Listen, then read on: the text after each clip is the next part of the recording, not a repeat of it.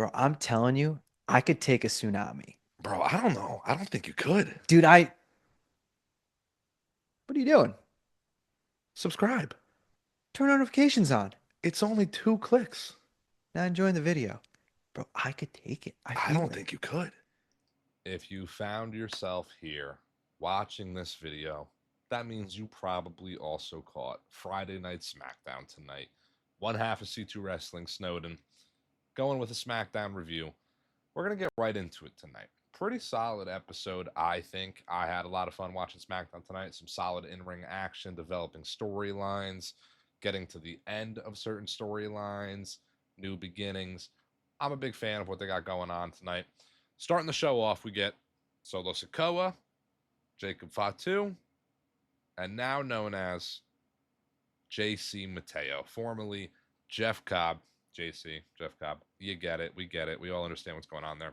I don't mind the name change. I actually kind of like it. I think it rings pretty well. JC Mateo kind of floats pretty well. I believe I saw that they had trademarked that name, but it didn't even come to mind. I don't know. I don't know how I didn't even consider that JC Mateo could potentially be his name change, but I do like the name change for him.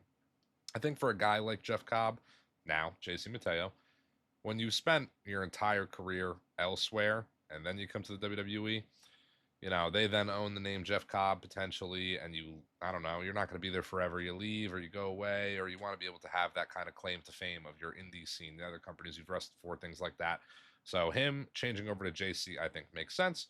But we got a pretty solid back and forth tonight between Jacob Fatu and Solo Sikoa, and now Fatu is obviously incredible, but I think we got to give some credit to Solo Sikoa. He's kind of like the unsung hero of the last year or two within SmackDown or just WWE in general, but very solid back and forth. Solo stealing the lines of Fatu, all gas, no brakes. However he says it. Fatu rips the mic out of his hands, and they're at odds. Clearly, Fatu and Solo are at odds, but it gets broken up by LA Knight. Still in the mix there as LA Knight. US title. Maybe he finds his way to Money in the Bank. I still believe he's going to win it. I want to say a qualifier happens at some point in LA, finds himself in the match, and goes on to win, but there's a lot of people that can win the match. We did get some qualifiers tonight that we'll get into in a little bit, but off the back of that opening, which was a solid opening, we had a solid tag team matchup. Fraxium, 4 straight for Fraxium on Friday Night SmackDown, and we said it for weeks now at C2 Wrestling, months. When Fraxium gets called up, hot start. I want them winning. I want them in the mix, and they're fighting teams like DIY, the Profits. They're got the Motor City Machine Guns in their corner. They're all over the front page of the SmackDown Tag Division, and I absolutely love it. We later on got in the show Fraxium, a backstage segment with the Street Profits, and they have a tag title matchup next week on SmackDown. Now, after the matchup tonight, they were interrupted. DIY attacked Fraxium after the win, and then Motor City Machine Guns come out. Everybody's still in the mix. I don't quite know where they're going. I think the Profits will hold the belts for a little bit. I can see them getting a title match, Fraxium, I should say, getting a title match and losing, whether it be from somebody interfering and inadvertent interference. I don't know. I can see the Guns kind of coming out to even the odds potentially. DIY comes out and then the Guns come out, and one way or another, Fraxium gets screwed. I think the Profits will hold the belts for a little bit, but again, the SmackDown Tag Division is very fresh right now. I want to get Pretty Deadly in the mix a little bit more, but I got no complaints coming out of anything SmackDown Tag Division. It was a killer match tonight. Again, Fraxium should be front and center, and they're doing exactly that with them. So what is there really to complain about? We're getting great TV matches 4 weeks in a row from Fraxium. DIY is such a black and gold NXT team. That is the tag team match that we would have gotten at a takeover 10 years ago. I almost said 5 years ago. Black and gold was a long time ago, a lot longer than 5 years. 10 years ago, it was DIY, it was the Revival, it was all these crazy teams, American Alpha, and they were putting on banger after banger after banger, as Sheamus would say. And now we're just getting that to a new level on Friday Night SmackDown. One half of that match, DIY, was around back then. Fraxium's a little bit newer to the scene, but man, they fit that mold so well. Fraxium, it's the best tag team going. Now, some matches tonight were made official for next week's Saturday night's main event, and some solid matches, some arguably questionable, but matches that I think will be fun. R-Truth makes it known in his interview tonight with Wade Barrett that he will be taking on Mr. Hustle, Loyalty, and Respect John Cena at Saturday Night's Main Event. Not for the championship. They showed that title card, and it's just John Cena versus R-Truth. And should it be for the championship?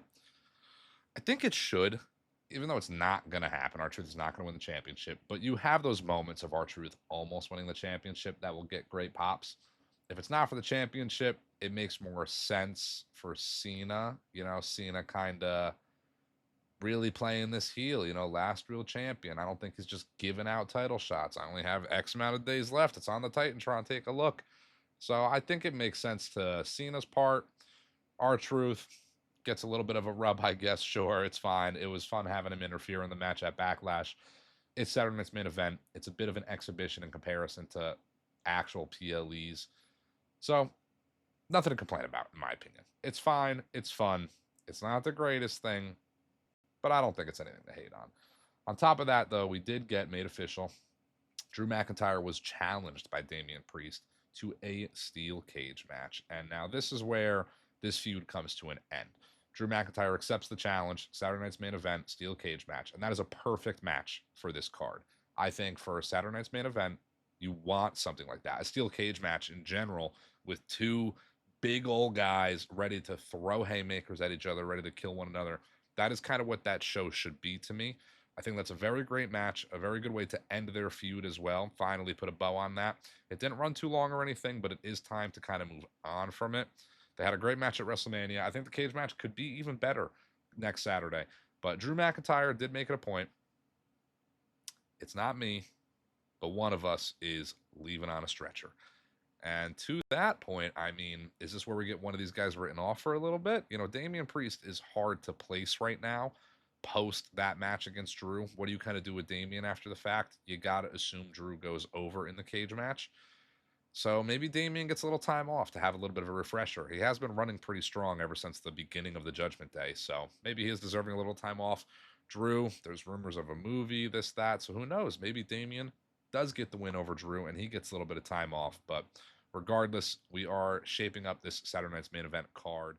Now, we got some great action tonight on Friday Night SmackDown. I already discussed a little bit about the DIY versus Fraxium match. Got the Motor City Machine Guns involved. Some solid tag team action. We got a couple good triple threats. Money in the Bank qualifiers. Alexa Bliss defeats Chelsea Green and Mi Shin. Now, this is exactly what I thought would happen. I thought Alexa Bliss would win here. Wanted Chelsea the entire time. Hoping there's a second chance match, triple threat, battle royale, fatal four-way, whatever, out of all the people that lose the qualifiers, and I hope Chelsea finds her way into the match. Chelsea's the only woman. Chelsea's the only woman that should win the Money in the Bank this year. The men, there's a couple names that I can go, okay, I can see the vision. I don't understand putting it on anyone outside of Chelsea right now. I think that's the story they're trying to tell, though. Have her lose, re-win. Even though she's a heel, it's usually a face storyline. She's getting a lot of great pops. She'll find her way in the match. If not, I hope they have something planned for her, because taking the title off of her, the U.S. title, to not have her in the Money in the Bank, let alone winning it, that's a big problem with me. But off the back of that, we had Aleister Black face Carmelo Hayes in another great match. Miz and Carmelo, a little bit of miscommunication there, almost cost Carmelo. Aleister's about to get the win, and Miz comes and attacks Aleister, but Carmelo stands tall at the end of all of it. Love Carmelo. The presentation on him right now is incredible. It's fantastic. You know, for all the people that were taking out those shovels a little too early, saying he's buried. He is not buried. He's the Andre the Giant Battle Royal winner. He is going on to great things. Take your time with Carmelo. Love that he's in the mix with a guy like Aleister. That on paper really is a match that you can run it back 100 times.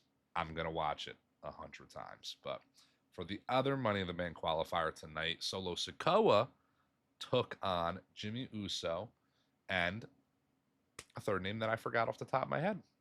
Solo Sikoa, Jimmy Uso, and Rey Fenix. I don't know why I forgot that, because Rey Fenix is who I wanted to win. I want Rey Fenix to have the same treatment that Chelsea is getting, or I think is going to get, where Rey Fenix gets that second chance matchup and finds himself in the Money in the Bank.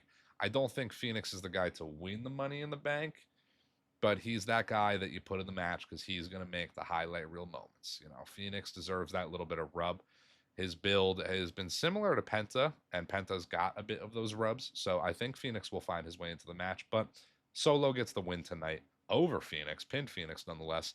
And I love to see it. I think Solo is one of those guys that is in contention to win the Money in the Bank. And I think there's an argument that he should. I think there's only maybe 2 to 3 names that I would say should win the Rumble this year. There's maybe 4 to 5 that like, okay, I could see it. But that's more than usual. I feel like every year Money in the Bank, it's like 1 or 2 names that I'm kind of deadlocked on. But Solo Sikoa finds himself in the match, Money in the Bank. Going after that match, though, after the triple threat, we found ourselves watching a little bit of JC Mateo in his in-ring debut against LA Knight. And now Jeff Cobb, JC Mateo, that guy can go. He can put on an absolute clinic. And it was a good debut match. A little bit different of a debut off the back of guys like Penta and Phoenix coming to WWE, Aleister Black's return. But the debut match being a little impromptu, I like it. I don't know if they're ever going to give him the singlet. I kind of do hope to see him wrestle in his regular gear, not just jeans and a t-shirt. But Jeff Cobb and LA Knight put on a great match. Jeff Cobb wins with the Tour of the Islands. And that was only a taste of Jeff Cobb. JC Mateo. Going to have to get used to that. I think we're going to get batches of him, but I don't know if we're going to get him at his fullest for a little bit. I think they're kind of holding back a little to let Solo kind of shine off the back of him because Fatu stole that spotlight right from Solo. I don't think they want to do the same thing with JC Mateo. So give us a little bit of taste, but the full course meal is coming soon with JC Mateo. Tonight's main event, a title match. Tiffany Stratton defended the WWE Women's Championship against Nia Jax in a pretty solid match. During the match, we got an interference from Naomi, interrupted by Jade. A chair gets left at ringside, some involvement there. Nia Jax almost kills Tiffany with the Annihilator, and then Tiffany almost kills Nia with a drop kick to the steel chair, bounces off the head of Nia, seemingly busted her open real quick. Maybe I'm crazy and that was a blade. I don't know. That looked like it ripped her open real quick. I got to go back and rewatch that, but a solid matchup. I honestly thought Tiffany was about to lose when Nia did hit that Annihilator, but she grabbed the ropes. Tiffany remains WWE Women's Champion. That's the match we should have got at WrestleMania, if you want me to be honest. You know, and we were pulling for Charlotte Tiffany for a while, but the match should have been Tiffany Nia in the long run of things. The Money in the Bank, the championship, their tag team. All the storylines made sense. I'm glad we at least got the rematch eventually. It was solid tonight. What's next for Tiffany? I don't quite know. But it's not really the biggest news to come out of tonight's Friday Night SmackDown for the women. During the middle of the show, I wanted to save this for last. We had a segment, backstage segment, Alexa Bliss and Charlotte Flair. We had them last week where we kind of considered them getting together, but there was a little bit of tension between the two of them tonight. They seem to be at odds a little bit, not totally in cahoots. That little segment by them is interrupted by Julia, who comes out with Nick Aldis, and it is announced that Julia is the newest member of Friday Night SmackDown, and that adds a lot of depth to the SmackDown Women's division, so I'm all for it. Seems a little weird for them to call her up with Roxanne and do this makeshift tag team, and they break them up, and are they a tag team, are they not? Julia goes to SmackDown. I assume Roxanne stays on Raw. It is better that way, though. It's okay. Again, the depth to that women's roster on SmackDown by adding Julia goes a long way. Now, there's a lot of rumors about an upcoming Evolution show. I think the route they're kind of going with, like, the slight pairing of Roxanne and Julia and then Alexa and Charlotte is maybe some sort of tag team, 6-woman tag team match at Evolution between kind of the old school and the new school. Maybe it's Alexa, Charlotte, and somebody else versus Roxanne, Julia, and somebody else, you know, old school versus new school. Not quite sure that's the route they go exactly, but that's kind of the vibe I got out of the backstage segment tonight.